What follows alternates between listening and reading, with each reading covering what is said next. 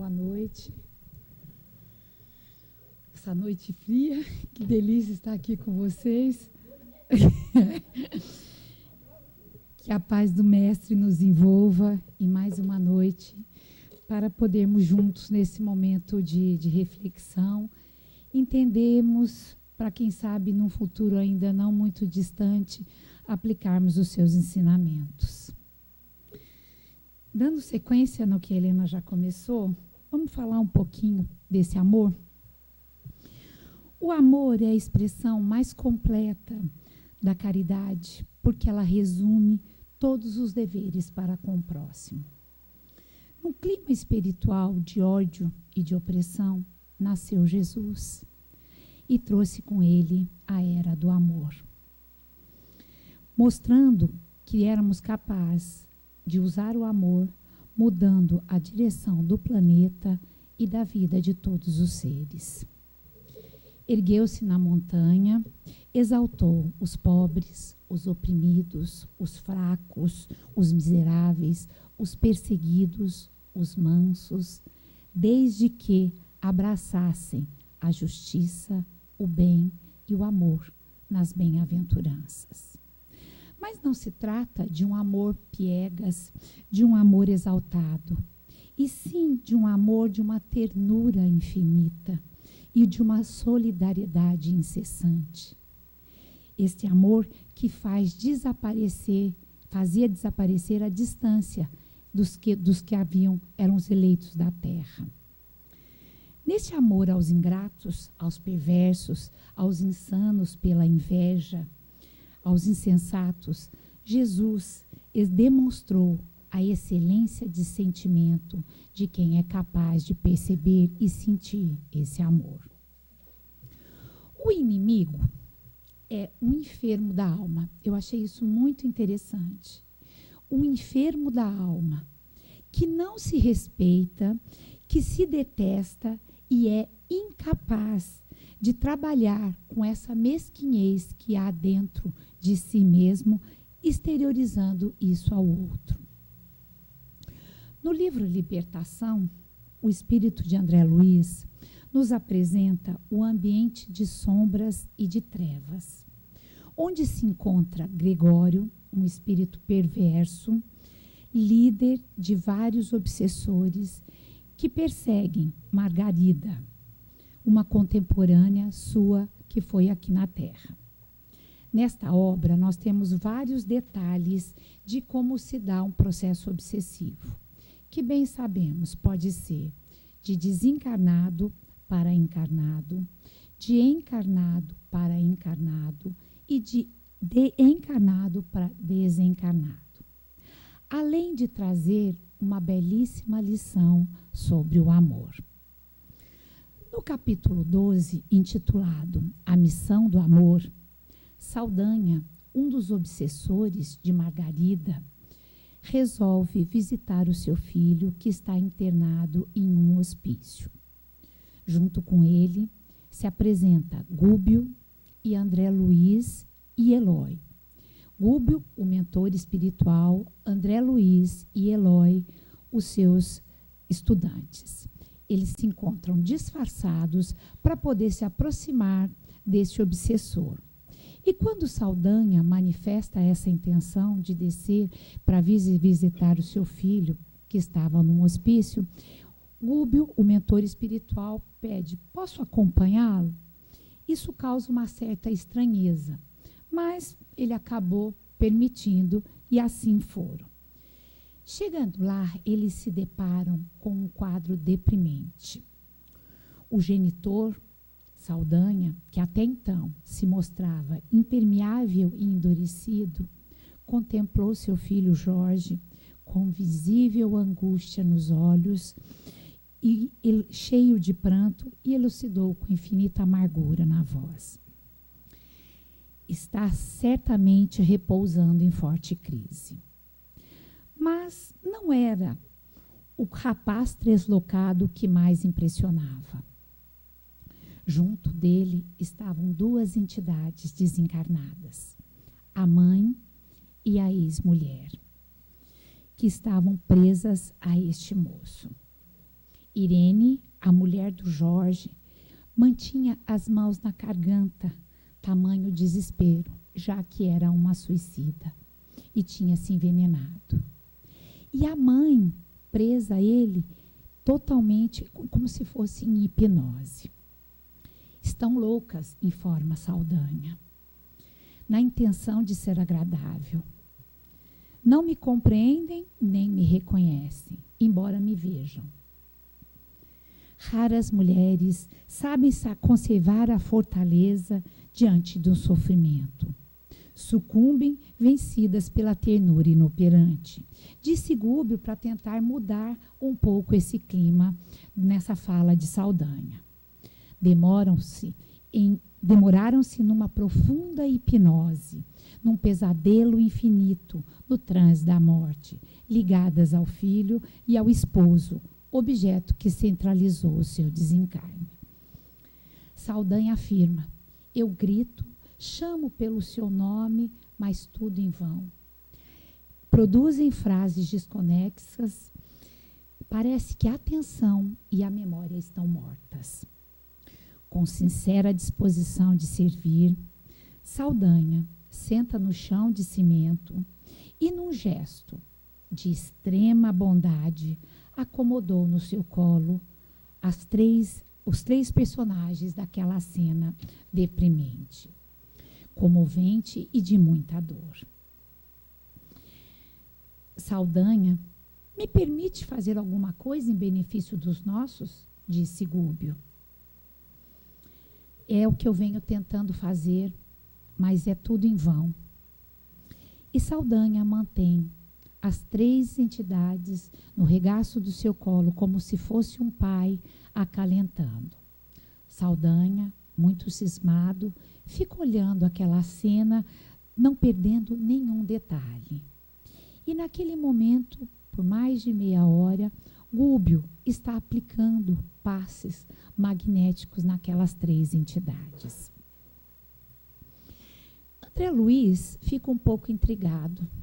Por que será que Saldanha não se valia, que Gúbio não se valia desses mesmos recursos, já que tinha uma obsessão, que era o caso de Margarida, filha do coração de Gúbio, e por que será ele não usou desses recursos que estava para com o Jorge, filho de Saldanha? Mas rapidamente ele foi percebendo que Gúbio, o mentor espiritual, estava preferindo exercer a máxima do Evangelho, que é: ame os teus inimigos, ore por aqueles que te perseguem e caluniam, e perdoa 70 vezes 7. Gúbio, sobre o olhar atento, continuava a afagar as três entidades. Depois de meia hora, ele pergunta a Saldanha: Saldanha, não te incomodas se eu fizer uma oração em voz alta? E Saldanha responde: ora, acreditas em tamanha panaceia? Mas, sentindo a boa vontade, a intenção de Gúbio, ele acaba meio desconcertado, aceitando a oração. Gente, eu vou pedir licença, porque a oração é muito linda, e eu vou ler para vocês, para não fugir nenhum detalhe dessa oração, tá?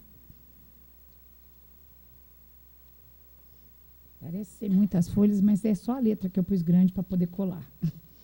Vamos lá. Senhor Jesus, nosso divino amigo, há sempre quem peça pelos perseguidos, mas raros se lembram de auxiliar os perseguidores. Em toda parte, ouvimos rogativas em benefício dos que obedecem. Entretanto, é difícil surpreendermos uma súplica em favor dos que administram. Há muitos que rogam pelos fracos para que sejam a tempo socorridos. No entanto, raríssimos corações imploram concurso divino para os fortes, a fim de que sejam conduzidos. Senhor, tua justiça não falha. Conheces aquele que fere e aquele que é ferido. Não julgas pelo padrão dos nossos desejos caprichosos, porque o teu amor é infinito e perfeito. Nunca te inclinastes tão somente para os cegos, doentes ou desalentados, da sorte, porque na hora justa ampara os que causam a cegueira, a enfermidade e o desânimo. Se salvas, em verdade, as vítimas do mal, busca igualmente os pecadores, os infiéis e os injustos. Não menoscabaste a jactância dos doutores e conversaste com eles amorosamente no templo de Jerusalém. Não condenaste os afortunados e sim abençoaste-lhes as obras úteis. Em casa de Simão, o fariseu, orgulhoso, não desprezastes a mulher transviada, ajudaste-as com fraternas mãos. Não desamparaste os malfeitores e aceitastes ainda a companhia de ladrões no dia da cruz. Citou, mestre, o mensageiro imaculado, assim procedestes na terra. Quem somos nós, espíritos endividados, para amaldiçoarmos uns aos outros? Acende em nós a claridade do entendimento novo. Auxilia-nos a interpretar as dores do próximo por nossas próprias dores. Quando atormentados, fazei-nos sentir as dificuldades daqueles que nos atormentam, para que saibamos vencer os obstáculos em teu nome. Misericordioso amigo, não nos deixe sem rumo, relegados à limitação dos nossos sentimentos. Acrescenta-nos a fé vacilante, descortina as raízes comuns da vida, a fim de compreendermos, finalmente, que somos irmãos uns dos outros. Ensina-nos que não existe outra lei fora do sacrifício que nos possa facultar o anelado crescimento para o mundo divino. Impele-nos a compreensão do drama redentor que nos achamos vinculados. Ajuda-nos a converter o ódio em amor, porque não sabemos, em nossa condição de inferioridade, senão transformar o amor em ódio, quando os teus desígnios se modificam a nosso respeito.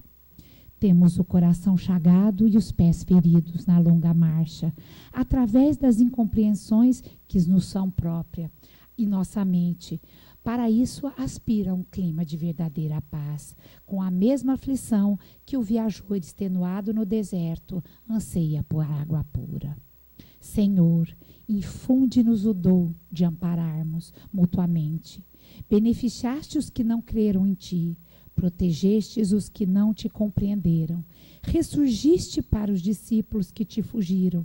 Legastes o tesouro de conhecimento divino aos que te crucificaram e te esqueceram. Por essa razão, nós outros, míseros vermes, do lodo ante uma estrela celeste, quando comparados contigo, recearíamos estender de vosas mãos aos que não entendem, como ainda não nos entendem. Neste momento, o ambiente inteiro se transforma, apesar de muitos que estavam naquela cena não conseguiam perceber e não conseguir ver. É para eles, Senhor, é para eles que aqui se encontram densas sombras que te suplicamos a bênção. Desata-os, mestre da caridade, da compaixão, liberta-os para que te reconheçam e se reequilibrem. Ajude-os a se aprimorarem nas emoções do amor santificante. E neste momento, o ambiente que se torna nimbado de luz, porque tamanho é o sentimento que ele coloca em benefício daquelas três entidades. Ele vira para Jorge e fala: Jorge, levanta. Ele que estava preso às duas entidades, levanta e vai descansar. Jorge, como se desperto de um grande sono, de uma grande hipnose, levanta e se desvincula das duas entidades. Neste momento, Saldanha, o pai de Jorge, com os olhos em pranto, chega até Gúbio e quase que de joelhos para agradecer a intercessão que ele havia feito pelo filho. Num misto de agradecimento, num misto de alívio, ele se ajoelha a Gúbio para tentar agradecer e Gúbio fala para ele: acalma-te, Saldanha, as nossas outras 2 irmãs ainda vão despertar. E a mulher reconhece o filho naquele ambiente onde estou, perdida, aquela confusão mental, porque estava muito tempo presa naquela cena.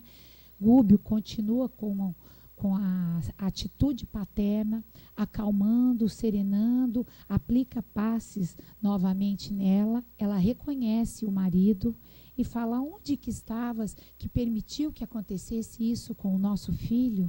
Onde estavas? Eu tenho medo do demônio, eu estou apavorada.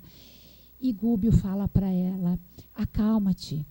Saldanha, desesperado, olha para ele e pede: me ajude, porque eu não sei o que fazer.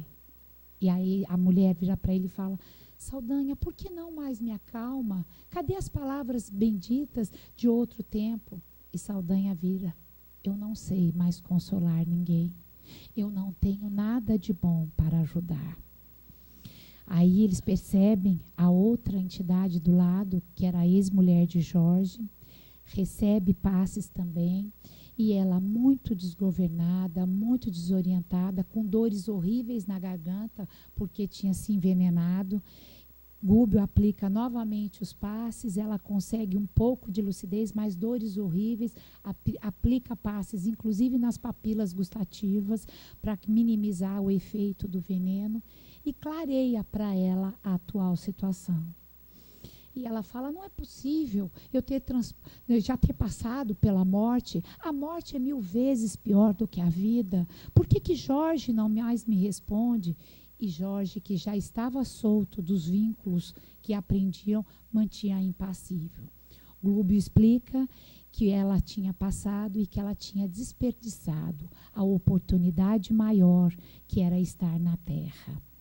E que ela precisava se encontrar, ela se reequilibrar com a contabilidade divina para depois prosseguir na senda da escala evolutiva. Gúbio sugere ainda que as 2 entidades sejam levadas para um pronto-socorro. E quando volta, Gúbio vira para Saldanha e diz: qual foi a forma que encontrastes para salvar o meu filho? Desculpa, gente, mas eu não tenho como não me emocionar. E ele fala: acontece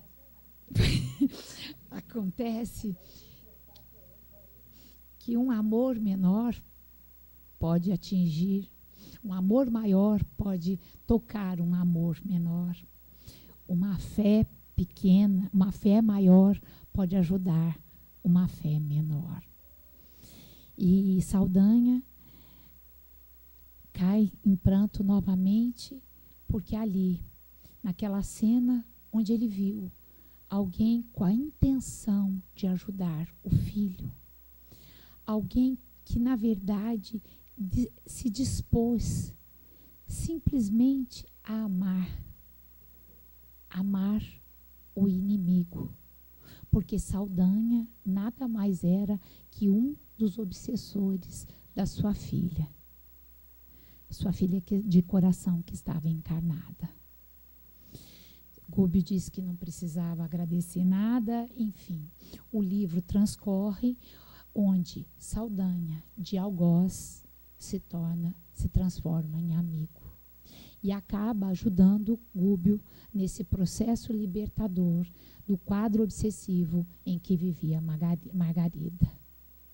O livro é muito lindo, vale a pena. Enfim, ele vai passar todas essas informações sobre o processo obsessivo, mas nos deixa a lição do quão forte é o poder do amor. Uma outra história me chama a atenção a respeito disso. No livro Padre Germano, esse padre, para quem não conhece, era um padre que foi muito perseguido na igreja. Ele foi criado dentro de um mosteiro, porque ele foi abandonado pelos seus pais. E ele se torna padre, mas ele condena a hipocrisia da igreja, ele condena a ostentação que a igreja vivia, e ele tinha um carinho imenso por todos aqueles que eram necessitados e, mais ainda, por todos aqueles que levavam uma vida errônea, porque ele acreditava na reabilitação do ser humano. Ele acreditava que todo mundo podia se modificar. Certa noite, Padre Germano estava deitado, acordado e dormindo junto com o seu fiel cachorro Sultão, fiel amigo e cachorro Sultão, e Sultão desperta e bate as patas no seu travesseiro como se quisesse dizer algo para ele. E Padre Germano olha para o cachorro muito inteligente, tenta ouvir algo, mas não escuta nada, mexe na orelha do cachorro e diz: acalma-te, você deve estar sonhando. E o cachorro, ainda inquieto, começava um movimento de um lado para o outro, e nesse instante entra Miguel, jardineiro e auxiliar de Padre Germano, e vem dizer: padre, acho que vieram te prender. E padre, uma cavalaria toda, e padre muito tranquilo disse: pois que venham. Passaram alguns segundos e entrou um capitão, homem de semblante duro, porém franco.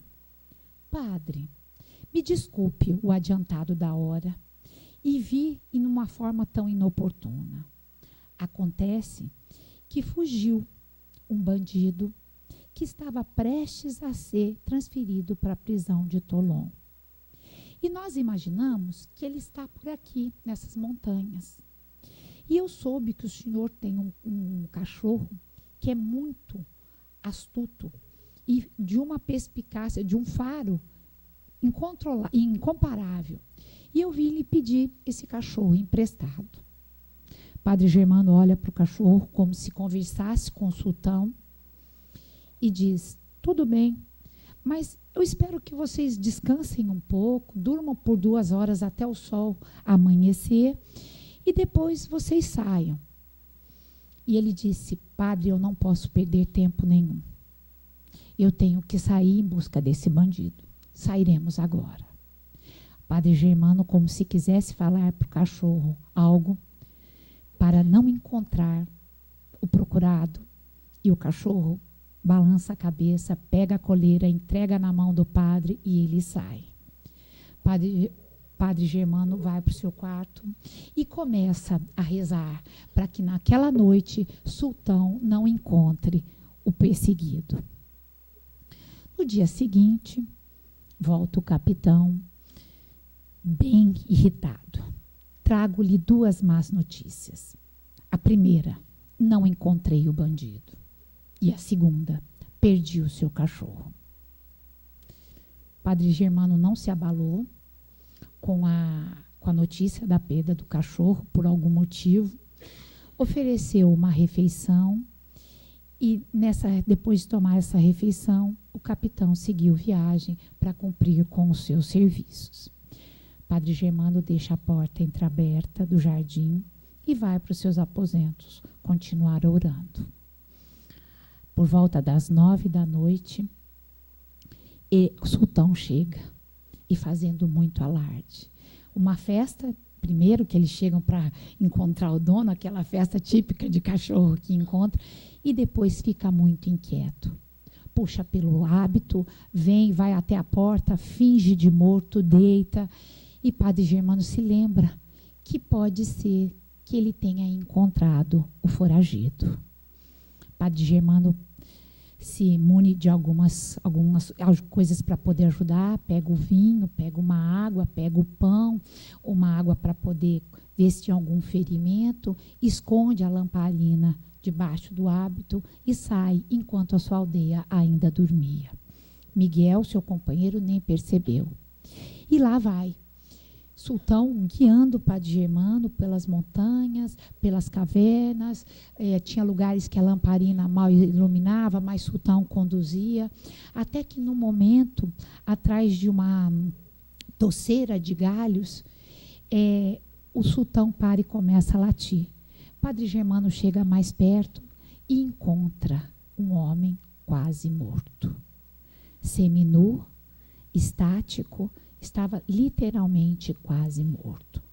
Padre Germano larga todas as coisas, as provisões que ele trouxe, começa a massageá-lo na altura do coração, sente um pouco ainda abatida, levanta a cabeça, dá um pouquinho de vinho. Sultão também tentando despertar, e Padre Germano ora e pede: Senhor, devolva-lhe a vida desse pecador. E por quase que com milagre, ele começa a dar respostas, e Padre Germano continua, acomoda a cabeça nele. Ele abre o olho e pergunta ao padre: quem és? E ele fala: alguém que te quer bem. Ele fala: alguém que me quer bem? Como? Se nunca ninguém aqui me amou neste mundo. E ele responde: pois eu amo. E aqui estou para fazer com que você fique bem. Tem chances de conseguir levantar? Ele olha para o padre e fala: se estiver me enganando, pagarás muito caro. Sou um homem de ferro. Então não me enganes. E ele fala: eu só quero o teu bem. Se você consegue levantar? E ele diz: sim, me ajude. E assim eles chegam numa descida exaustiva, com o apoio do cachorro, ele todo ferido. E no meio do caminho ele pergunta ao padre: aonde vai? Aonde vais me levar? Ele falou: vou levar para o meu oratório. Vais para a minha casa. Lá ninguém entra. E você ficará lá. E ele, num misto de desconfiança, num misto de dor, fala para ele: eu não sei o que aconteceu comigo. Aí Padre Germano se depara com uma noite muito de primavera, muito estrelada, e olha para ele: qual é o teu nome? Ele fala: João. João, contempla isso aqui e hoje comece a agradecer as bênçãos que você recebeu. O que houve contigo? E ele disse: jurava que conhecia essas montanhas. Fugi e achei que tinha condições de me esconder aqui. Mas alguma coisa, além de uma febre ou uma outra doença que parecia apertar os meus miolos, me fez cair no ponto que você me encontrou. Aí o padre olha para ele e fala: acredito que você é o fugitivo que iria ser transferido para Toulon. Mas hoje nascestes outro homem. Comece a agradecer. E ele ainda muito cismado, quando o padre fala isso, ele fica assustado, porque já conhecia a história dele, mas ele também não tinha escolha, mas por alguma coisa falava para ele confiar, e ele vai. E o padre, durante 3 dias consecutivos, vai tratando dele na sua oratória. Entre alimento, curando, tratando, e no 3º dia, após a aldeia estar todo mundo dormindo, ele sai com João para fora e vai até uma gruta onde morava um ermitão que já tinha falecido. E lá ele fala: conte-me a sua história, mas me conte a verdade. Não esqueça de nada, que eu preciso saber. E aí ele fala: padre, sou filha de uma meretriz. Meu pai era um ladrão. E eu fui criado neste bando. E no meio deste bando de ladrões havia um italiano muito esperto. E este italiano me ensinou a ler e escrever muito cedo. E rapidamente eu aprendi, para que eu pudesse me tornar um falsário. E várias falsificações eu fiz. No meio dessa minha história, conheci uma moça, Margarita, e me apaixonei perdidamente por ela. Prometi ir até a América, mudar de vida, fazer tudo em benefício, e ela, de um nível social mais alto, me desprezou. E me ameaçou de morte, dizendo que se eu continuasse ainda a importuná-la, me denunciariam à justiça. E eu não aguentei, jurei-a de morte. E o fiz. Não consegui trabalhar com tamanho desprezo e acabei assassinando-a. E é por isso que fui preso. Logo perceberam o meu deslize, as falsificações, e eu fui para essa cadeia. Mas fui condenado a trabalhos horríveis, apanhava constantemente, e agora fui transferido para Toulon. O padre olha para ele e fala: olha, você pode ficar aqui nesta gruta o tempo que for necessário para você se harmonizar, se encontrar e ter tempo para se arrepender.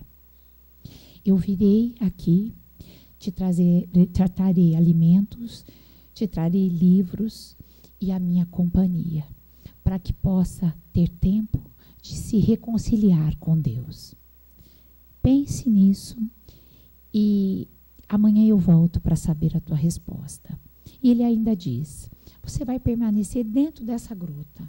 E quando sair, vai vestir esse capuz que eu trouxe, onde só vão aparecer os olhos para que ninguém te reconheça.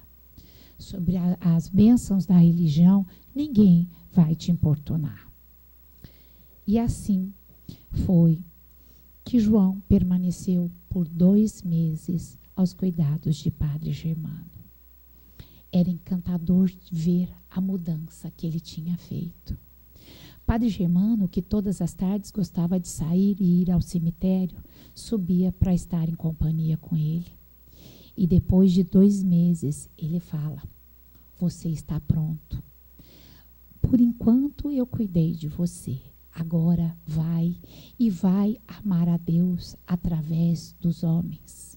Constitui uma família, modifica, dá todas as economias que tem e ele segue em rumo às Américas. Passado 4 anos, Padre Germano recebe uma carta onde, entre tantas aventuras, ele conta que era já outro homem, que havia constituído uma família, que tinha uma casa e que a sua mulher estava aguardando um filho, estava esperando um filho e queria levar o nome de Padre Germano. E ele diz: padre, nem que passe 1000 vidas, eu não tenho condições de agradecer o bem que foi feito por mim. Primeiro é você e depois a Deus é quem eu rendo graças pela oportunidade que me destes. Gente, 2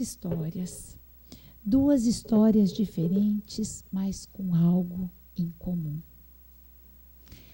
O amor como transformador de todos os males. Aquele amor que toca, aquele amor que sensibiliza.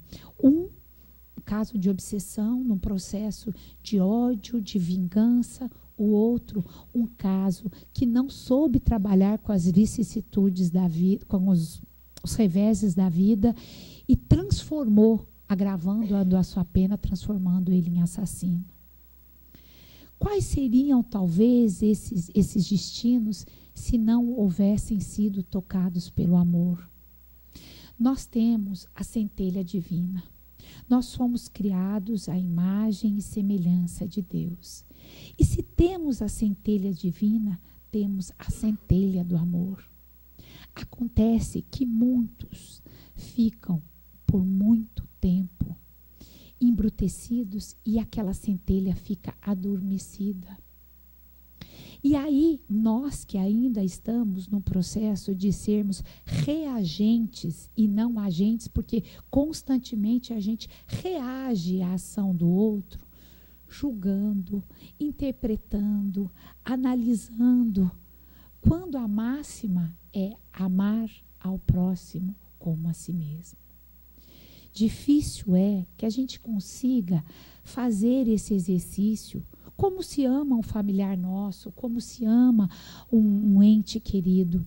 Mas a proposta do Cristo não é esse amor exagerado, é que façamos exatamente aquilo que gostaríamos que fizesse a nós.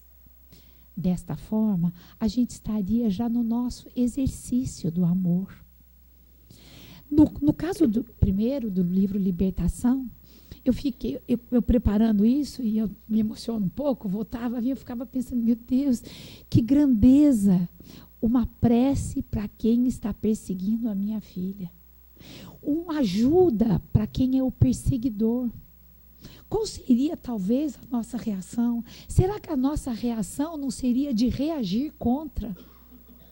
Mas ele preferiu a máxima do Evangelho, amar ao próximo como a ti mesmo. Perdoai 70 vezes, 7 vezes.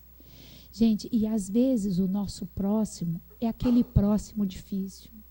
É aquele próximo, às vezes até dentro do nosso próprio lar, numa situação de trabalho, nós não conseguimos nem sequer ainda respeitar. Porque quando a gente consegue respeitar, já é um grande passo de amor. Não estou dizendo que nós precisamos ter aquiescência com tudo, ou seja, concordar com tudo. Mas se eu já não julgar e tentar entender e não esperar que o outro pense como eu penso, haja como eu ajo, e eu já estou exercitando a possibilidade de estar praticando mais amor. Então, meus amigos, era isso que hoje eu queria trazer para vocês. Um convite para o nosso exercício de amor em todas as circunstâncias. Lembrando, como disse a prece, que maiores dificuldades, por maior passou o Cristo e passou por cima de todas elas, abrindo mão. Aquele que nos persegue, aquele que nos calunia, aqueles que nos inferniza a vida. Será que se a gente já começasse por uma oração, já não iríamos quebrar talvez um sentimento de ódio, de raiva e de mágoa, para transformar, como também disse a prece, nós somos muito bons em transformar amor e ódio quando as coisas não saem como a gente espera. Porque ainda estamos reagindo. E precisamos tirar esse reagindo para começar a agir. Agir para conseguir levar o que a gente aprende aqui, o que a gente estuda aqui para os nossos dias. Muito boa noite, muita paz a todos.